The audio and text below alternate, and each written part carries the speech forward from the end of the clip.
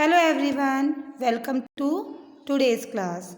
आज हम पढ़ रहे हैं क्लास 6 की संस्कृत, जो कि बुक का नाम है रुचिरा और पार्ट है फर्स्ट।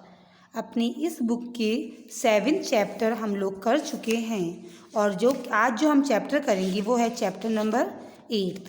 तो एक बार हम देख लेते हैं कि हमने कौन कौन से चैप्टर कर लिए हैं। हमने सब परिचय फर्स्ट, सेकंड और थर्ड किया। फिर हमने किया विद्यालय का चैप्टर, उसके बाद वृक्षा, समुद्र तट, और जो लास्ट चैप्टर हमने किया वो है बकस्य प्रतिकार है, यानी कि बगुले का प्रतिकार यानी बदला। अब हम कर रहे हैं चैप्टर नंबर 8, जिसका नाम है सुक्तस्य बकः। सुक्ति है जिसके अंदर, और सुक्ति का मतलब होता है अच्छी बातें। सुक्तस्य बकः अच्छी बातें, यानी कि वेल सेड, अच्छे वचन, अच्छी चीज़ें जो कि कही जाती हैं। तो चलिए without wasting time let's get started. तो आज की हमारी जो पहली सुक्ति है वो है उद्यमेन ही सिद्ध्यन्ति कार्याणि न मनोरथे ना ही सुप्तस्य सिंह परिवसन्ति मुखे मृगा। उद्यमेन ही सिद्ध्यन्ति यानी कि परिश्रम से ही सिद्ध्यन्ति सिद्ध होते हैं, कार्याणि कार्य, ना मनोरथ है ना कि मन की इच्छा करने से, मन के सोचने से, ना ही सुप्तस्य सिंहस्य परिवसन्ति मुखे मृगा, और ना ही सोते हुए शेर के मुंह में मृगा यानी कि मृग, हिरण अपने आप प्रवेश करते हैं। यानी कोशिश करने से ही काम सफल होते हैं, केवल हमारे सोचने विचार मात्र से नहीं। जिस प्रकार शिकार करने से ही शेर के मुंह में भोजन जाता है, ना कि उसके सोचने से कि वह मृग को खा ले और मृग उसके मुंह में प्रवेश करे। अर्थात हमें इससे ये सीखना चाहिए कि हमें जीवन में लगातार परिश्रम करते रहना चाहिए। परिश्रम के बिना कुछ भी सफल नहीं होता है। नेक्स्ट देखिए, पुस्तके पठितः पाठे जीवने नीव साधितः।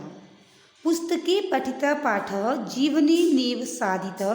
पुस्तक में केवल पाठ को पढ़ने से और जीवनी न एव साधिते, जीवन में उसको धारण ना करने से, किम भवेत तेन पाठेन जीवने योना सार्थके। किम भवेत क्या होगा, तेन पाठेन उन पाठों का, जीवने योना सार्थके जो कि जीवन में सार्थक नहीं है। अर्थात पुस्तक में पढ़े गए किसी भी ऐसे पाठ का जिसे कि हम अपने जीवन में उपयोग में नहीं लेते हैं, उसका कोई भी महत्व नहीं है, वह हमारे जीवन को सार्थक नहीं बना सकता है।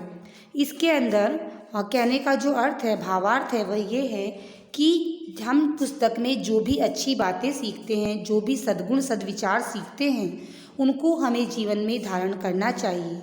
यदि हम पुस्तकों से सीखे गए अच्छे विचारों को अपने जीवन में धारण नहीं करते हैं, तो उन पाठ को पढ़ने का कोई भी अर्थ नहीं है, उनका कोई भी लाभ नहीं है।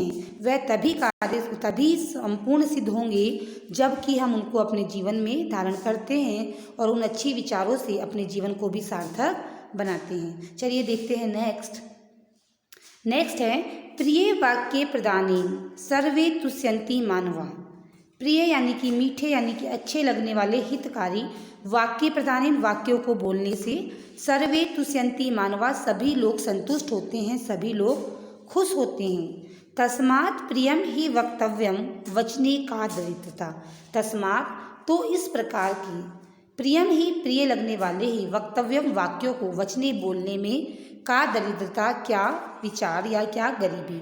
यानी कि जब सभी लोगों को, चाहे हम हों चाहे कोई दूसरा, हर व्यक्ति को हितकारी और मीठे वचन ही अच्छे लगते हैं, तो फिर हमें ऐसे वचनों को बोलने में देरी नहीं करनी चाहिए, कंजूसी नहीं करनी चाहिए। हमेशा हर किसी के साथ प्यार से ही बात करनी चाहिए, ये इसका भावार्थ है। चलिए देखते हैं अगला। गच्छने पीपल को याति योजनाम सत्न्यापि। गच्छने पीपल को, लेकिन चलने से ही, जो नर चींटी होती है, जो मोटी चींटी होती है, उसके लिए कहा गया है गच्छने पीपल को याति योजनाम। योजना नाम का मतलब होता है 4 कोस यानी कि 12 किलोमीटर, और सत्न्यापी योजना का नाम यानी कि 100 × मल्टीप्लाई पर 400 किलोमीटर। तो गच्छने पीपल को याति, चलने से ही जो चींटी है वो 100 कोस भी पार कर लेती है। आगच्छन वेन तेओपि, और ना चलने से, पद्मिकम ना गच्छन्ति, और कि अगर चले ना तो गरुड़ भी कुछ भी नहीं कर सकता, यानी केवल बैठे रहने से गरुड़ भी कुछ नहीं कर सकता, क्योंकि गरुड़ क्या करता है, गरुड़ उड़ के पहुँच जाता है। तो यहाँ पे समझाने का जो अर्थ है वो ये है, इसका भावार्थ ये है कि चलने से यानी लगातार परिश्रम करने से, लगातार कार्य करने से एक चींटी भी 100 कोस पार कर सकती है, लेकिन केवल बैठे रहने से, बिना परिश्रम करने से, केवल सोचने से जो गरुड़ है वो भी कुछ भी नहीं प्राप्त कर सकता, वो एक कदम भी नहीं चल सकता है।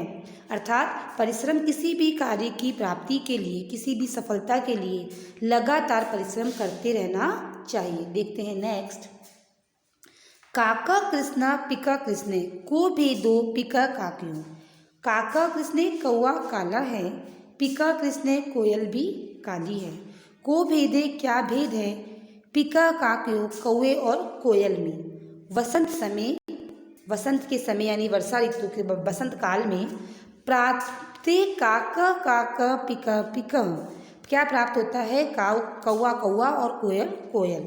अर्थात इसमें कहने का अर्थ ये है कि किसी के रंग रूप से उसके गुणों का अनुमान नहीं लगाया जा सकता है।